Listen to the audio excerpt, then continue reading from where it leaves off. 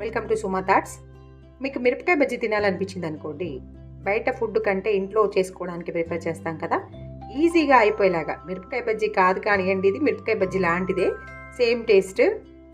కాకపోతే బజ్జీలాగా మొత్తం మిరపకాయ కాదు, కోసి చేస్తాను. స్నాక్గా ఈజీగా అయిపోయేది అన్నట్టు, ఒక 2 minutesలో అయిపోయే రెసిపీ అనుకోండి. ఇప్పుడు చూద్దాం మనం అది ఏం చేయాలో. నేను ఒక గిన్నెలో శనగపిండి తీసుకున్నాను, కొన్నండ పచ్చిమిర్చి, ఇంతే పచ్చిమిర్చి తీసుకున్నాను. కొంచెం లావు ఉన్నాయి, కొంచెం పండు పడినాయి తీసుకున్నాను. ఇప్పుడు దీన్ని మనం మిరపకాయ బజ్జీలాగా చేద్దాం. ఇంత ఓమాను ఇట్లా నలిపి వేసుకుంటున్నాను. నేను ఓమాను నలిపి ఇందులో వేసుకుంటున్నాను. కొంచెం అంత కారం, కొంచెం చిటికెడు, కొంచెం అంతా ఉప్పు ఇందులో వేసేసేయండి. ఇంక ఇంతే ఇంగ్రీడియంట్స్. జస్ట్ క్విక్ రెసిపీ అనుకోండి. కొంచెం అంతా ఉప్పు, ఇంకా అంతే. పిండి కలుపుకోవడమే ఇప్పుడు మనం. కొంచెం అంతా తినే సోడా వేసుకోండి. తినే సోడా కొంచెం అంతా వేసుకొని బాగా కలుపుకొని నీళ్లు పోసుకొని కలుపుకోవడమే. చూడండి, మిరపకాయలని కడిగి తీసుకున్నాను. ఇప్పుడు వీటిని ఎట్లా కోయాలంటే, ఇట్లా సగానికైనా తీసుకోండి, కానీ దీన్ని ఇంకా 2 ముక్కలు చేస్తున్నాను. చూడండి, ఇదిగోండి ఇలా ఒక్క మిరపకాయను 4 ముక్కలు చేసేసి ఇందులో వేసేస్తున్నాను. ఇట్లా అన్ని మిరపకాయలు చేసేస్తాను. పిండిని కొంచెం చిక్కగా ఉండేలాగానే కలుపుకోండి.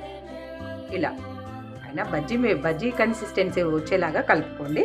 ఇట్లా 4 ముక్కలు చేసి వేస్తున్నాను. ఇప్పుడు అన్ని మిరపకాయలు చేసి వేస్తాను. చూడండి, అన్ని మిరపకాయలు కోసేసుకున్నాను. ఇప్పుడు వీటిని కలుపుకొని ఫ్రై చేసేసుకోవడమే. ఇప్పుడు మనం నూనెలో ఫ్రై చేసుకుంటే సరిపోతుంది.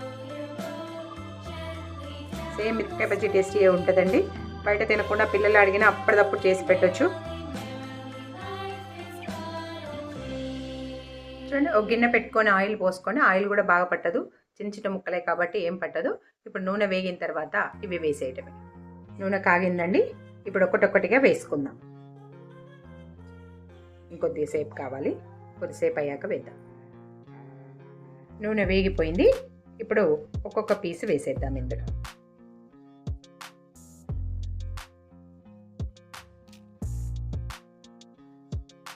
ఇట్లా అన్ని పీసులు వేసుకోవాలి. ఇది చూడండి, చిట్టి మిరపకాయ బజ్జీలు. చూడండి, నూనెలో తేలాయి. ఇవి ఒకసారి తీసేసుకొని మళ్ళీ ఇంకొకసారి సెకండ్ టైం కాల్చుకోవాలి. ఇట్లా అయ్యాయి కదా. ఇప్పుడు నేను వీటిని తీస్తాను. చూడండి, తీసాను. వీటిని మళ్ళీ సెకండ్ టైం వేసుకున్నాం. ఇప్పుడు మిగిలినవి కూడా వేసుకుందాం. మిగిలినవన్నీ వేసాను. ఇప్పుడు వీటిని కూడా తీద్దాం. చూడండి, ఇప్పుడు వీటిని సెకండ్ టైం కాల్చుకుందాం మనం. సెకండ్ టైం వేసాను. మంచిగా మిరపకాయ కూడా లోపల ఫ్రై అవుతుంది. చూడండి, ఇందులో మిరపకాయ కూడా మంచిగా ఫ్రై అయిపోయింది.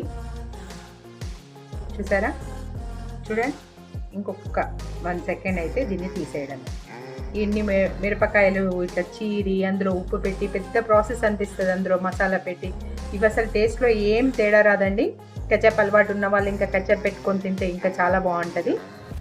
ఈజీ క్విక్ రెసిపీ అనుకోండి. Easy snack, quick recipe. చూడండి, కరెక్ట్. చూడండి, మిరపకాయ బజ్జీ లాగానే ఉన్నాయి. చూడండి, ఇవి తీసేద్దాం ఇప్పుడు. చూసారా, చిట్టి మిరపకాయ బజ్జీ రెడీ అయిపోయింది.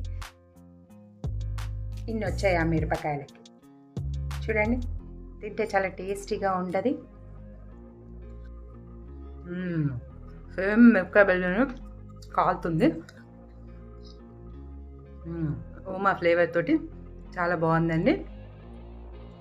మీరు ట్రై చేసి ఎలా వచ్చిందో కామెంట్ సెక్షన్లో చెప్పండి. ఈ వీడియో నాది, నేను కొత్తగా ఛానల్ పెట్టానండి, సుమా థాట్స్.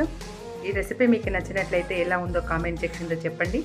వీడియోని లైక్ చేయండి. Thank you. ఛానల్ని సబ్స్క్రైబ్ చేసుకోండి. Thank you.